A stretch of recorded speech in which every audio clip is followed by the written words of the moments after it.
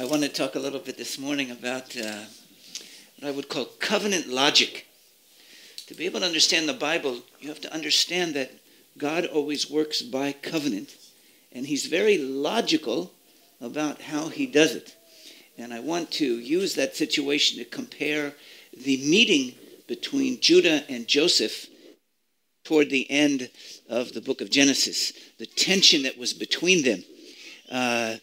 One of the things that caused me to notice this years ago was I read one of the rabbinic commentaries about when Judah and Joseph are standing before one another. And the rabbinic commentary says that the hairs on Judah's chest stood out like spears. And I thought, well, that's ridiculous. How can they say something like that? But then I started to think, well, why? Why did they say that? And I began to understand that the Christian worldview generally sides with Joseph. You see Joseph is totally holy as an image of Jesus, and the Christians basically miss the figure of Judah. Whereas from the Jewish viewpoint, you're really looking much more from the side of Judah and less on the side of Joseph. And what we want to do to understand the Bible is to see the equality of the tension between Judah and Joseph, as they are both images of the Messiah, both of them. And we want to see them equally in those two viewpoints, which is interesting that, of course, in Jewish tradition, we refer to the Messiah sometimes as the son of Joseph and the son of David. Well, it comes back from that original tension there. David, of course, being a son of Judah, and Joseph, already referring to that Joseph. So you have the tension of these two sides of the images of the Messiah. Well, let's start with a couple of scriptures here. I want you to notice that the brothers, when they come to Egypt, that they bow down in front of Joseph according to his dream. Remember that Joseph had a dream that his brothers would come and bow down to him. Well, did they do that or did they not do it? Well, they did it a number of times. Let's start looking at this. Let's see what you see in common here. In Genesis chapter 42, verse 6, it says, "And the brothers of Joseph came to him, and they bowed down in front of him with their faces to the ground." I guess that fulfilled the dream, huh? Well, let's look up again over here now in chapter 43, verse 26. So he comes back again. He speaks to them harshly. And so they come and says, and they brought to him their offering in their hands, and they came into his house, and they bowed down before him to the ground. Verse 28, again. And they said, "Is there peace unto your father? Is he still alive?" And they knelt down and bowed down before him again. And then it says in chapter 44, verse 14, "And Judah and his brothers came into Joseph's house, and when he was still there, and they fell down before him onto the ground." So Joseph is causing them to bow down again and again and again. Wonder if there's a little bit of psychology going on here. Wonder if it's not all that good. I just want you to hold that question for a minute. We'll come back to it in a few minutes, because you see the tension. One of the things that also I love about these chapters, there's something about in the story of Jacob and Joseph and Judah that you don't see in many other people. Also, you see this with David, that it goes through a lot of detail of what they're going through emotionally and psychologically for what's happening. You don't see that. One of the books I would like to write is a book called Jacobian Psychology, and follow through all the little bitternesses and jealousies they had and the difficulties they were going through. But hold that thought there, and let's come up to this picture that you've got, where you've got Judah and Joseph facing one another off in tension. Who is going to win this battle? Well, let's stop for a moment here, and let me introduce to you this general idea of covenant logic. When God works in the Bible, he always works through something called covenant. And he works logically from this covenant. The first covenant that I understand was his relationship with Adam, where he turned over to Adam the rulership of planet Earth. That's a huge subject, which we won't all get into today. But that's very important that God made a covenant with Adam, and he gave him possession over planet Earth, and he never took that back. And then you have the covenant of marriage between Adam and Eve, and God never broke that. And then you have the covenant through Noah to all the nations of the earth. And then after that, you have the covenant with Abraham that he would fulfill all the covenants that came before him. According to covenantal logic, when you make another covenant, you can't violate a previous covenant. A covenant always respects what went before it. That's why from biblical logic, a new covenant, which we believe in, brought the Messiah, would never contradict God's previous faithfulness. It adds new dimensions to it, opens it up, solves problems, but it can never violate previous commitment. So God's commitment is so strong to covenant that he says later on in Jeremiah, he said that if the Jewish people would disappear, whom I made a covenant with, so will the heavens and earth disappear. Because I have the covenant through Noah to preserve the heavens and earth, and I have a covenant through Abraham to preserve his children. Well, if you violate one, the other's no good. So he said, what makes you think that the Jewish people are going to disappear? Because I made a covenant with them. Just as I made a covenant with the stars. It all fits together. Nothing can change. Well, I was thinking about this as I just looked at, you see the worldwide Islamic jihad going today. And you think, this is so bad. How could this happen? And you go back and you can trace one of the roots of this is the offended pride of Ishmael. It was one of the places that you see that offense, the offended honor of Ishmael was never solved, was never healed. And you see it today over that whole world of an offense and anger against Jews and against Christians. And you think, why would God allow this? When I went back that I would think, if I was God, maybe I would have just, said, well, let Ishmael be the chosen son. Who cares? Who wants all these problems? And you think, well, Ishmael couldn't have been that much worse than Isaac. No, that's not the problem. But then I realized it's got nothing to do with Isaac and Ishmael. It has to do with the marriage between Abraham and Sarah. And God had to respect the marriage between Abraham and Sarah, so it had to come through Sarah's son, not through a person that Abraham basically committed adultery with. How can he save the world through that? That's not going to work. But you say, but God, don't you see how offended? There's going to be 1 billion Muslims in the world in the end times that want to kill all the Jews and Christians? Maybe, but I don't violate my covenants. When I make my covenants, I'm going to be faithful to the covenants that I make no matter what happens. And this comes down, and one thing that explains a lot of the book of Genesis and really the whole history of the Bible, and in some ways the history of the tension between Israel and the church, is the marriage from Jacob to Leah first and then to Rachel. Now, Jacob loved Rachel more than Leah. And again, the Christian worldview, which is based more on love, sides almost totally. Most Christians see Rachel and they don't see Leah. And they see Joseph and they don't see Judah. But the Jewish worldview actually sees more Leah and sees more Judah than it does the other side. They're both true. It's just two eyes, right to left thinking or left to right thinking. But I want to emphasize today a little bit more the side of this covenantal logic. When Jacob married Leah first, even though he didn't love her, and even though it was a lie, it was a trick, when he made that covenant, God said, you made a covenant, and I work by covenant, and I will not violate my covenants. And so, as I've taught before, I'm not going to go into this all again, but her first son, Leah's son, not Rachel's son, her first son, Shimon, he had the rights to be the Messiah, and he disqualified himself by murdering the people of Shechem, and really he was the one responsible for throwing Joseph in the pit. That's why Joseph had him thrown in jail later on. Joseph knew that, and he knew the other brothers knew it too.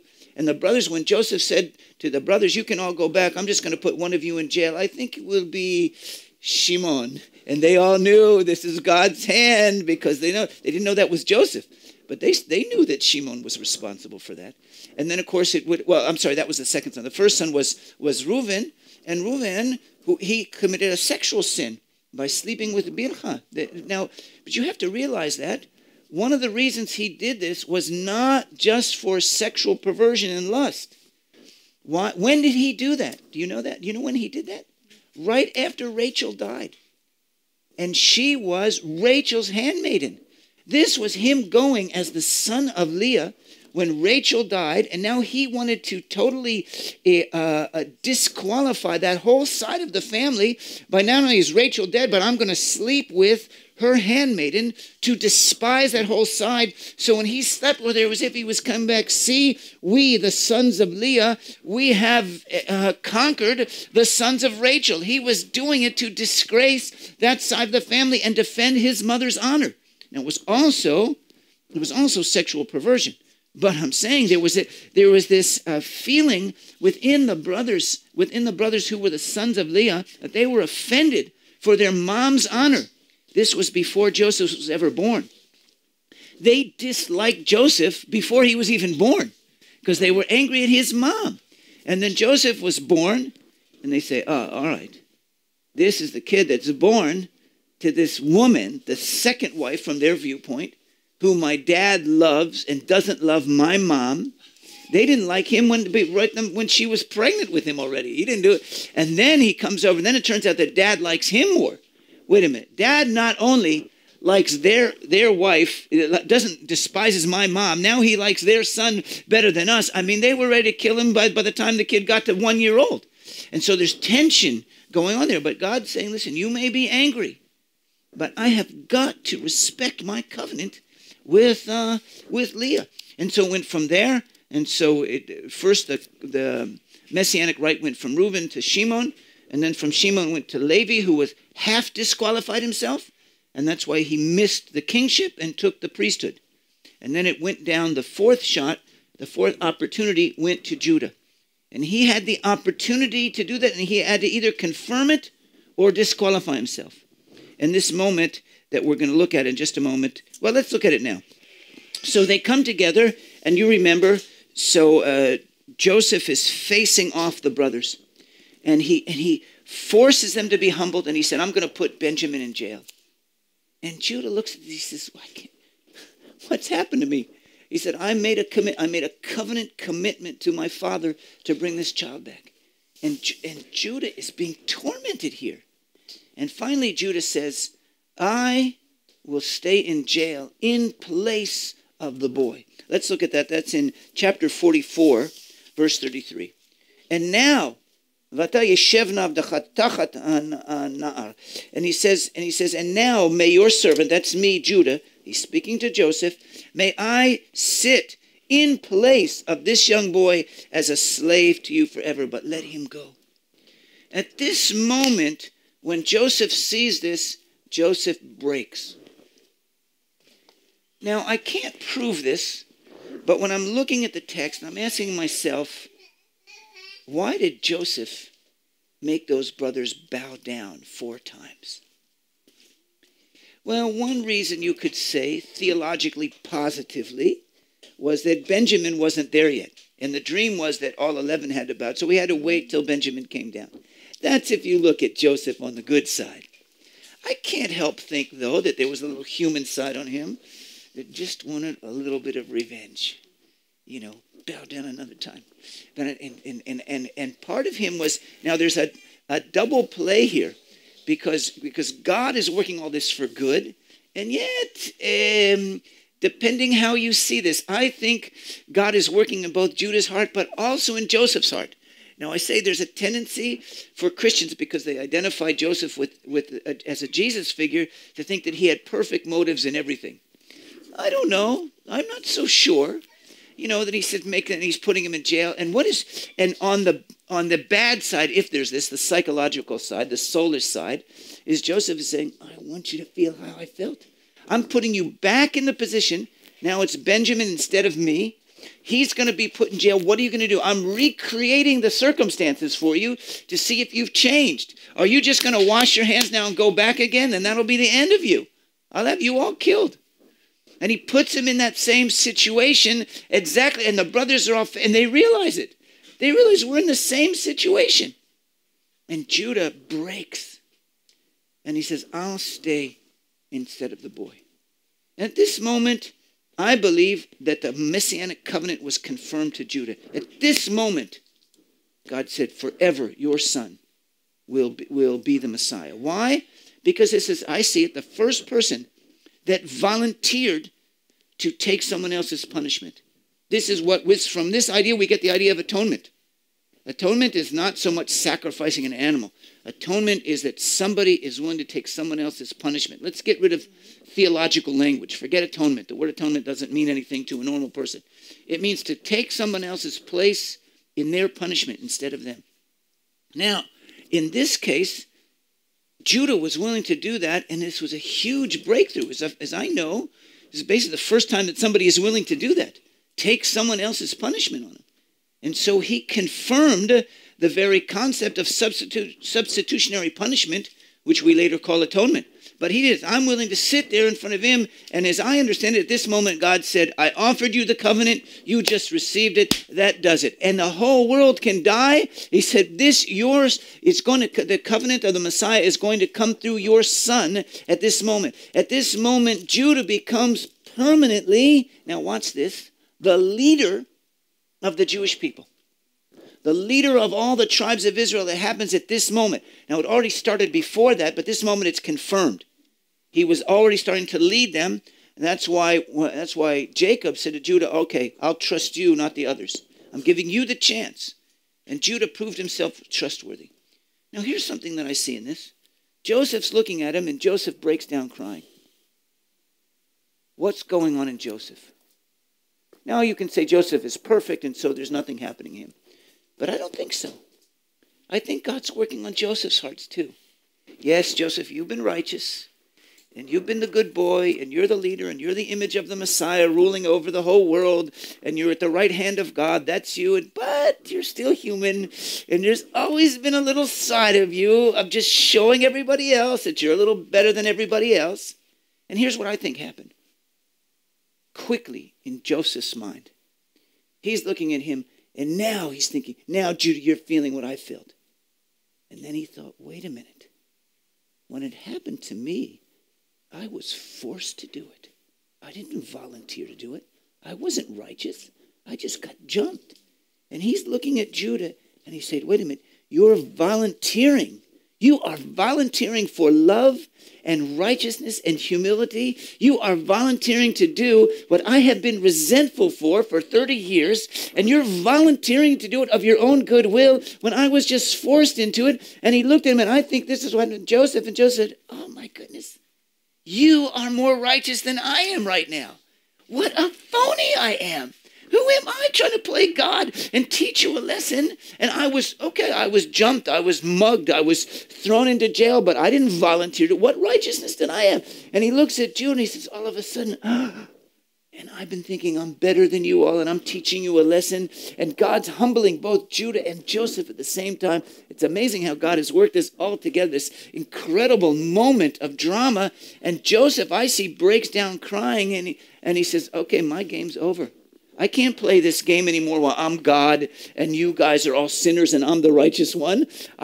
So you guys threw me into jail, but I'm being resentful and prideful, and now Judah's volunteering to do what I've been resentful about. And he said, wait a minute, there's nobody righteous here. And Joseph breaks and Judah breaks, and the brothers come together. What an amazing moment of reconciliation. From this moment forward, as I understand it, Judah has the Messianic covenant. It's confirmed with him. His seed, from his seed, not from Joseph's seed, will have to be, and from Leah's seed. This is the moment of real victory. Not by throwing Joseph in the pit, but when Judah was willing to take Benjamin's place, That was the victory, not by Reuben sleeping with Bilhah, but rather when Judah was willing to take someone else's punishment, that was the moment of victory. And it's true, Leah's son, not Rachel's son, will sit on the throne of God forever. What an amazing moment this is. And from this moment forward, Judah becomes the leader of the 12 brothers within the covenant. Now, Joseph is still the ruler of the world, and in terms of that, in terms of the worldview, they're all submitted to them. But within the tribes, Joseph becomes the leader. And he leads, and from that moment forward, you'll see throughout the Old Testament a phrase that recurs, and it says, and Judah went up first. Remember, you get to the book of Judges, and it says, who will go first to attack the Canaanites? And it says, the tribe of Judah will go first. Now, remember that in Hebrew, there's no difference between the word Jew and Judah. So when you say Judah goes first, you could also say the Jew goes first. And this is what Paul is referring to in Romans chapter 1 and 2, when he says the gospel is to the Jew first. Why? Because Jews are better? He says we're not any better. Why? Because you're respecting God's covenant order. It's respecting this order. He respected Leah as the first wife. He respected Judah now as the leader. And when the gospel comes, well, Jesus had to be born through the child of Judah. And therefore, the gospel has to go first to the tribe of Judah. And so when Paul says in Romans 1 and 2, to the Jew first, what he's saying is that God still works by covenant order and covenant logic. Therefore, whatever God does first goes to the tribe of Judah. And in Hebrew, Yehudah is Jew or Judah. It would be interesting if they had translated that into foreign languages as Judah first, as the tribe of Judah first, if that had made people aware of that a little more. But so God is respecting, when you get to the new covenant, he's still respecting the covenantal logic and order that was back there from the book of Genesis. Are you with me? And that's why when you realize it, you say, well, we have to respect that. There's an order here to God's covenant. Of course, it doesn't mean that anybody's any better. But you have to respect what goes on in God's logic, making a covenant, never violating a covenant, being faithful to the covenant. And how are you faithful to the covenant? Is because you have to respect the order in which it came. That's how you're faithful to further generations, by respecting the order that was in the previous covenant. That was a lot of information. Are you guys with me? Okay? You're all right? Ready to go on with it? Okay, I'm gonna now, but God is faithful to everyone. He's not faithful just to the firstborn son. He's faithful to everyone. And I remember years ago when we used to go to, before the Hamas took over Bethlehem, we used to go on Christmas morning into Bethlehem to sit there in the square, and we teach together about, study together about the birth of Yeshua. And one of the things I used to teach upon that was that I thought it was kind of funny that would reenact this thing about when Joseph and Miriam, Joseph and Mary, come to go to the inn, and there's no place there. And I joked, I said, well, how could it be? I mean, this is the birth of the Messiah. This is the most important event in the history of mankind. There's no place in the inn? The sovereign God? And I joke and say, there's God looking down from heaven. He says, who forgot to make the reservations? Gabriel, Michael, come here. What's going on? Gabriel, Michael, I thought you made it. And God's angry. What do you mean? You didn't make a reservation in the inn? How could you have forgotten this? There's no way. There's no way that somebody forgot to make reservation in an inn, or that God couldn't open one room in all of Bethlehem for Mary, the mother of God, to come in and give birth to Yeshua, to come in. I said, no, wait, this had to be the hand of God. It has to be the hand of God. And you see that she goes out into a field and gives birth in a field somewhere in Bethlehem. I thought, what has this got to do with anything? I said, there's got to be an answer to this in Scripture. So I began to search backward. What's going on? What's going on? What happened in Bethlehem? And you know what happened in Bethlehem? Rachel died giving birth to Benjamin. And she was the beloved wife. And she had to submit all this time to Leah being the covenantal wife, the covenantal order. But she was the beloved one. Now, she's been disrespected all her life now. And she hasn't had a son. And Jacob's come, but I love this, but Rachel's the one I love. And when she came in, and she said, give me a son or I die. Because she said, I also wanted a possibility that I could give birth to the Messiah. And she came and so how could God honor her? And I believe, that as I see it, that God brought Miriam out to the place where Rachel was lying on the road and gave birth to Benjamin and died. God said, how can I honor that? She gave her life for the sake of the covenant, for the sake of love, for the sake of the Messiah. How can I honor that? Well, I can't have the Messiah come through her seed because I already promised that to Leah. But what can I do for her? Well, maybe not through that, but at the same place. And I believe that there wasn't a place in the inn because God wanted to bring Rachel to the place, to bring Miriam to give birth to Yeshua in honoring of Rachel, that she was willing to give her life to give birth to. I just give that an example to say that God is eternally respectful of his covenants. He never forgets. I mean, for us, a couple thousand years, you think, what, God, that's nothing. A 1,000 years to God is like a day. This happened to him yesterday. But I want us to see this of God being faithful to his covenants all these times. Now, this comes down, you see this, the squaring off between Joseph and Judah. And you have this tension here that comes all the way through history and really through their sons. And Christians throughout history have identified with Rachel, with Joseph's sons Ephraim, with Joseph being the head over all the Gentiles, changing his language, changing his dress, that he was basically a Gentile leader of the world. That's the image of that, of the Messiah, is coming of what you see for the international church. But Judah, bearing the image of holding on to the covenant, holding on to the past, being loyal, suffering for this, holding on to the kingship, that one day the king would come back. That's and that is what is you see from an Israelite Jewish viewpoint. And so the tension that is there between Joseph and Judah, the two images of Messiah, I see go all the way out through history, in the whole history of the tension between Israel and the church. The Israel holding to the old covenants.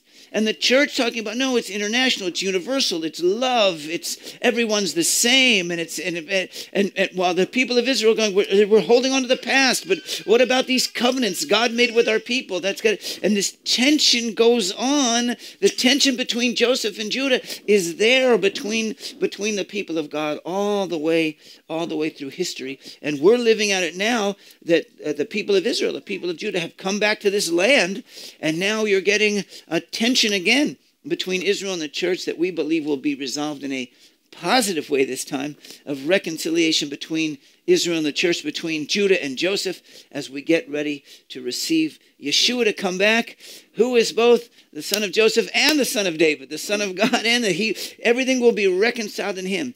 And God is pulling us all together and being faithful to his covenants at the same time. So let's remember, when we look and read things in the Bible, to always remember that God is faithful to his covenant, even if it takes thousands of years to bring it upon. He doesn't miss it, and there's a logic to everything that happens in the scriptures, whether we see it or not in the first place.